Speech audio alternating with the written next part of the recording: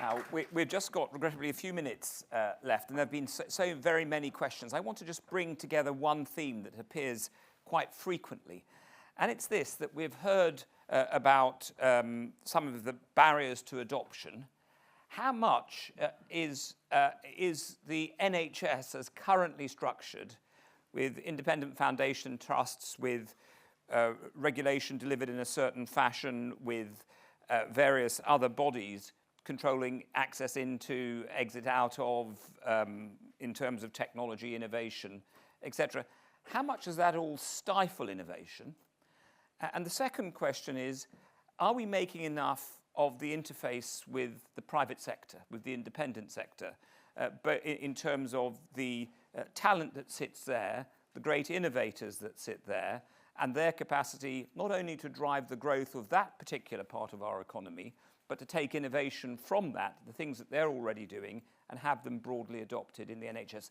Can I start with you, Dominic? Yeah, so I think the appetite to restructure the NHS has probably been drained by all of the restructuring that's happened, and there's certainly no appetite for change in the law. So I think I would reframe the question as, are there things that we can do without changing those things that would make a big difference? And for me personally, it comes back to the demand side, which is, I think you could, without changing the structure, you could make money flows different. You could wrap budgets in a capitated way around provider groupings across primary and secondary care, which would sort of mimic accountable care organisations. And I think that would go a long way to solving the accountability problem I was talking about, but also creating demand. Would that drive a broader interface with the independent sector? Because there's a lot of innovation, we've seen all the questions coming through, in the innovation sector. That sector can innovate for its own purpose, or its innovation delivered in the independent sector, but for the benefit of the NHS, could be harnessed. Will that happen? You know, two things I'd say. One is, I think there's a lot of confusion about what the nature of the current model is.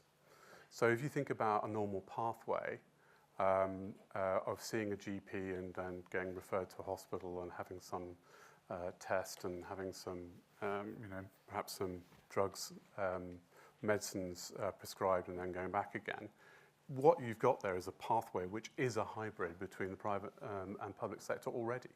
I don't think people realise, for example, that the NHS GPs are the private sector and manage. I don't think that's widely understood. I don't think people widely understand that NHS trusts have private healthcare that they provide in order to supplement non-exchequer income, or that the consultant you see is very likely to have a hybrid world between the private and the public sector. When they get a scan, it's in a Siemens machine. When they get some, So I think we've set this opposition in the public's mind, which doesn't really reflect the reality of a hybrid system. But for me, I think if your incentives are set in the right way, that you are responsible for the capitated budget for a population. If you can get to that point, then the demand for whoever is a great supplier of solutions that will keep people well and that will detect things early, I think will go up dramatically. So in terms of Innovate, thank you. In terms of Innovate UK, how do you see the current structures with regard to the NHS and its capacity to deliver, and the opportunity for the innovation that you have supported as a public body, but principally or very frequently developed independently of the state? How do you see that interface and the NHS assisting in the drive for that wealth creation? Yeah, I think that, so we see lots of different examples. We see things that work really well, but then we see things that, and I have an example in my head at the moment of a healthcare innovation, actually Anglo-French founders. We worked with them, we supported them. In the end, they couldn't get into the NHS, and they've left the UK as a consequence of that. And that's not the outcome we want. So clearly, we do have, and I think maybe, Dominic, to your point, it's local.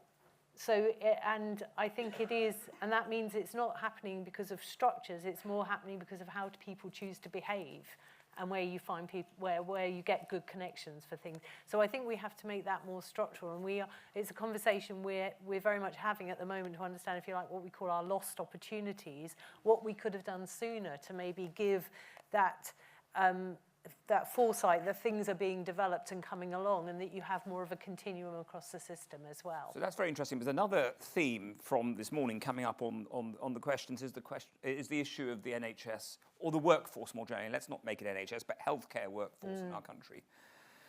And the fact that we've heard a lot of optimism from all the panelists this morning about what might happen and what is currently happening. And that seems to be at odds with the experience of a lot of those particularly working in the NHS and indeed in the independent sector, in terms of the frustrations that they have with regard to driving what they can contribute to solve some of these problems. Edward and Sarah, just to come finally to that question, you've identified very clearly, Sarah, the clinicians, and to start to look at that as a great opportunity. And Edward, clearly you work with a lot of clinicians and have been able to motivate them. What learnings, single learnings, or not single, learnings would you take to address this important question of carrying a healthcare workforce across all sectors in a way that they are going to be motivated and enthusiastic about engaging with this agenda in such a way that we can harness the benefits for our patients and society more broadly? Sarah, why don't you start? Sure. I mean, I think the point that you made earlier in the day about how we're going to be looking for 18 million new clinicians is an important one to bring back. We're not going to find them, right? They're not in training. They're not hiding somewhere. We are not going to solve that problem. So we need to solve it some other way. And I think that's a really important point that our clinicians need to understand. We need them. Like, they cannot leave the service. I can't tell you the number of CVs I get of clinicians who want to leave the NHS, and it breaks my heart.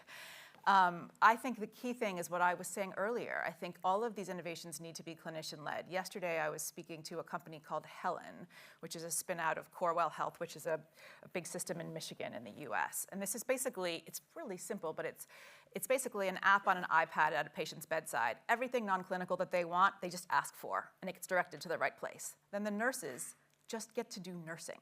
So the nurses love it. The nurses are telling their friends, all of the different organizations. Like, that is how innovation gets disseminated, because it works, it makes people's jobs better, they can operate at the top of their license, and then, you know, hopefully Helen's sales cycle is very easy because it's getting sold for them. And Edward, this engagement with the clinical healthcare workforce community is clearly key to ensuring that technology is adopted. What do you think broadly is the greatest challenge to that now? The challenge to it, it's the perception of time. The currency is time. The clinician's currency is time, and time with the patient in the independent sector. And I think one of the reasons why, you know, clinicians come out with that sort of eureka moment, and that's what you need in order to convert them, is because you've done one thing really well that was a problem for them, and it's now a problem solved. And you haven't tried to tackle everything.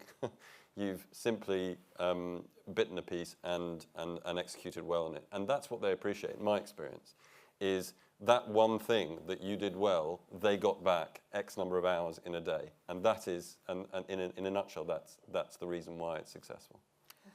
The Harley Street Health District, the home of healthcare since 1860.